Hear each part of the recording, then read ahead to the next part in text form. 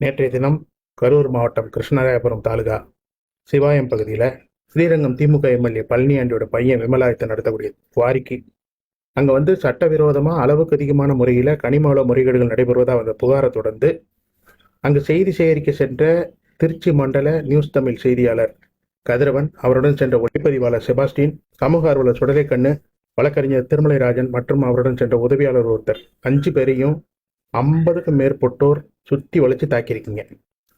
திங்கிறது மண்ணை களவாடி திங்கிறீங்க. உங்களுக்கு ரோசம் வேறையாடா? அதுக்கு பத்திரிகையாளர் தாக்குவீங்களா நீங்கள்?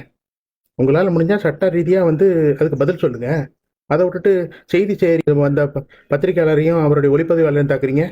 சமீப காலமாக பத்திரிகையாளர்கள் மீது இது போன்ற வன்முறைகள் நடந்து கொண்டே இருக்கிறது. பொது வழியில் அவங்கள அநாகரிகமாக பேசுறது, முறைகேடுகளை வெளியே கொண்டு வர பத்திரிகையாளர்களை தாக்குறது, கொலை செய்கிறது, இதெல்லாம் நடந்துட்டு வருது. இதெல்லாம் வன்மையாக கண்டிக்கத்தக்கது.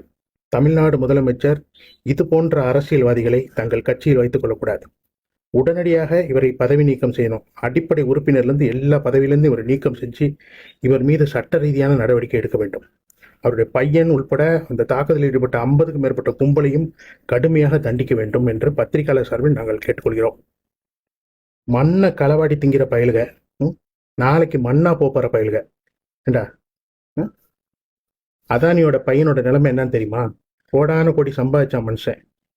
ஒரு பணி இதில் போய் மாட்டிக்கிட்டு செத்து போனான். அந்த சொத்துக்கு வாரிசு இருந்துச்சா? அந்த வாரிசு காப்பாற்ற முடிஞ்சா?